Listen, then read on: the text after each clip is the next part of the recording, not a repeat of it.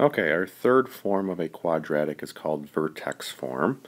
So this is what it looks like. We have some number in front which we're calling a. We see a quantity squared and then plus some number on the end which we're calling k. Well, when a function is in this form, it's called vertex form because we can very easily see the vertex. The vertex is going to be at h comma k. So if you look at that carefully, what that really means is on the inside here, alright, you have to take the opposite sign to get the x value of which we're calling h.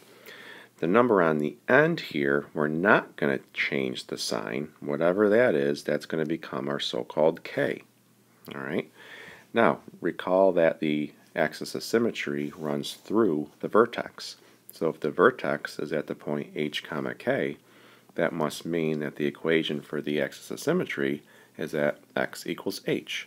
So let's look at an example. So suppose in this example here, again we have a quadratic in vertex form. We're looking to find the coordinates of the vertex, the equation for the axis of symmetry, and we wish to find the y-intercept. So first, our vertex. Well, when it's in vertex form, again, within a second, you can just look at it and know what the vertex is. So we can just write down the coordinates. So on the inside, we see x plus 1. So we said we need the opposite sign there. So that's going to be a negative 1. And then on the outside, we see this minus 5. We're going to keep that as is. The 3 in front has nothing to do with the vertex. The axis of symmetry, this is really easy if it's in vertex form.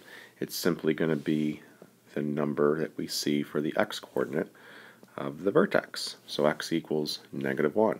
Again, don't forget your x equals since we need the equation.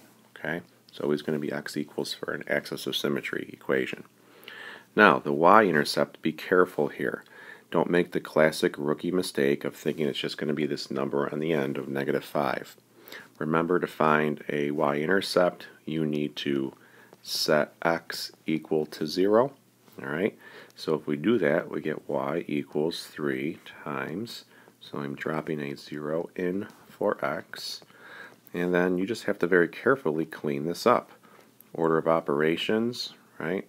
We have to do this first, so that's going to be 1 squared, which is just 1, so we end up with 3 minus 5, so our y-intercept is at negative 2. Coordinates would be 0, negative 2. So notice how you cannot see that negative 2 directly from the equation. You have to do some work to find it. Okay, our last example here, we're going to tie in some work on transformations that we saw from the previous chapter. So here's our question. We want to find the new vertex if we see here is our quadratic equation in vertex form, and we're told that it's going to be translated. Remember, that means shifted, and the shift is according to this vector negative 1, 5. Now remember that vector negative 1, 5, that negative 1 means we're going to be moving 1 to the left. That's your horizontal movement. And that 5 in the bottom dictates the vertical movement, so up 5. So it would be helpful to first identify our vertex. Well, that 2 in front is irrelevant. We only care about the inside and the outside for our vertex. So our vertex would be at 3, 4. Okay? So imagine taking this function. The vertex is at 3, 4. Okay, it's going to open upward because that 2 is positive. Okay, so what we're looking to do here is grab a hold of this function. Imagine grabbing it by the vertex, and we need to shift it 1 to the left and then up 5. Okay, so if I'm going to move this 1 to the left and then up 5, okay, my new vertex would be up here. Okay. So 1 to the left means I'm really subtracting 1 to the x value, and then up 5 means I really need to add 5 to that y value.